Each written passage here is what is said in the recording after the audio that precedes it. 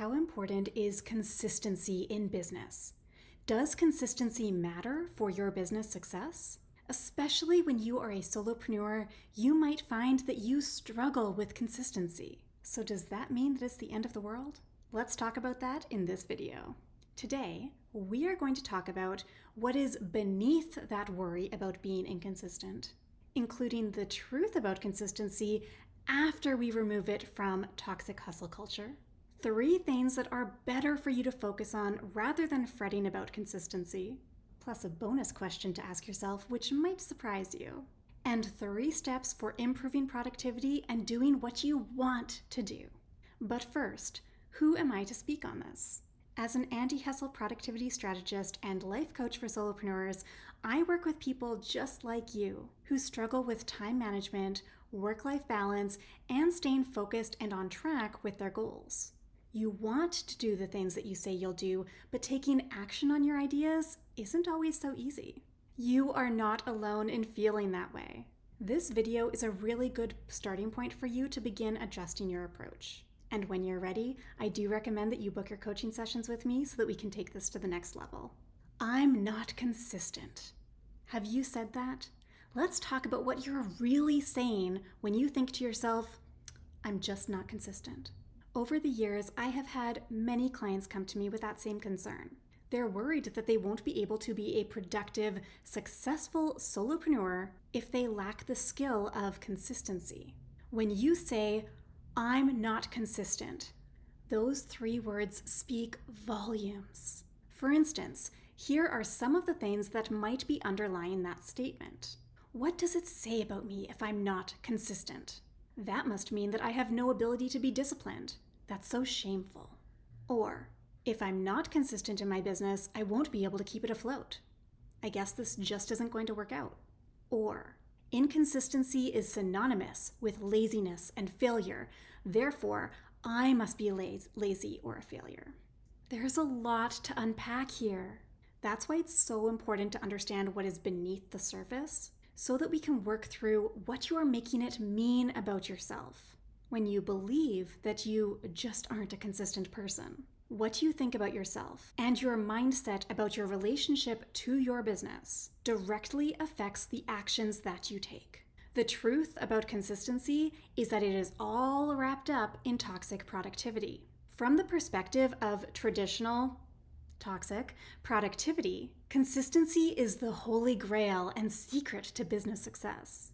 If you are trapped in hustle culture, or if you are listening to experts who haven't yet learned about anti-hustle productivity, this might be the type of thing that you hear them saying to you. Consistency is everything in business. Consistency is essential for your business success. Nearly every productivity expert out there, except for yours truly, touts the value and vital importance of consistency when it comes to business success. It's no wonder that it creates so many worries for you. But as with pretty much anything in life or in business, consistency for consistency's sake isn't much use. Why is that? Because it doesn't take into account things like what that consistency will actually do for you, whether that particular task that you are being consistent at actually contributes to your goals or is helpful for your business. Critiques, assessments, and audits of the work that you're doing in case something stops working. There is no point and there is no virtue in being consistent just because. And yes, it's very important to follow through on what you said you would do in terms of customer satisfaction and client deliverables and all of that kind of thing. But does that mean that you need to keep doing what you said you would do just for the sake of it? Does that mean that you should force yourself to do busy work that doesn't actually support your business goals? No, especially not if you want to have a cozy business and if you want to escape toxic hustle culture. If you are worried about not being a consistent person, here are a few things besides consistency that are more useful for you to take into consideration. Number 1, are you truly at your core an inconsistent person? Or are you sometimes inconsistent with the actions that you take? The act of consistency is different from the being of consistency. What meaning are you associating with the concept of consistency? For example, Do you equate inconsistency with failure and laziness?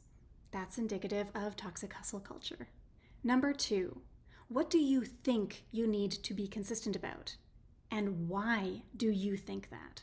This is about looking at the value and usefulness of consistency. It's also about having proof that consistency is important in this particular area. What are alternative ways of viewing consistency? For example, shifting your mentality from a toxic productivity standpoint into an anti-hustle approach.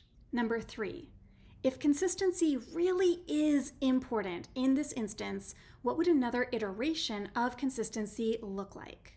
Here you are changing how you approach consistency and how you define it. For example, if you view consistency on social media as the frequency with which you publish new posts, then you might want to expand or contract your understanding of time to accommodate for a more broad definition of consistency. We actually dive more into that around the 19-minute mark of my Activate Your Intuition masterclass. So if that is interesting to you, then you should definitely check that out at saganmorrow.com/masterclass. In this case, the answer to does consistency matter for business success is it depends. When assessing whether a task is worth it to be consistent at it, another question that I like to ask is this: can I handle my must-do tasks on my lowest energy days? Energy management matters. Energy management is actually the foundation of good time management. My business structure and my products and my services are actually designed with my lowest energy days at the forefront. I have chronic anxiety, insomnia, and nightmares, so I need to be very mindful about my energy. And this is just good to plan for in general because sometimes life throws unexpected things at you. If you're already creating with that in mind, then it won't derail you. How can you take action on this? Here are 3 steps for improving your productivity. Step 1, do an assessment of your must-do tasks, your business structure, your services and products, your systems and processes. What energy level are they each currently designed to support? You can even organize them into a few different columns if it's easier for you to visually assess them from there. For example, low energy, medium energy, and high energy. Step 2, explore options for reworking these things, your business structure, services, etc., so that they are better supporting you on your low energy days. What would they all look like if you assumed that you weren't going to have any high energy days? How does that differ from what your current task list or schedule, etc. looks like? Step 3, get help with this. Productivity Powerhouse is the #1 place to learn more about how to do all of this. And you get templates, examples, and step-by-step guides to make this simple for you to implement because you don't need to do it all on your own. You can join Productivity Powerhouse at saganmorrow.com/powerhouse or get your free sample sneak peek of the program at saganmorrow.com/training. Links are below. Productivity Powerhouse is your #1 resource for anti-hustle productivity, solopreneur work-life balance, and personal fulfillment, so you can get more done in less time while producing higher quality work than ever before and without getting overwhelmed or burned out along the way. I'll see you on the inside.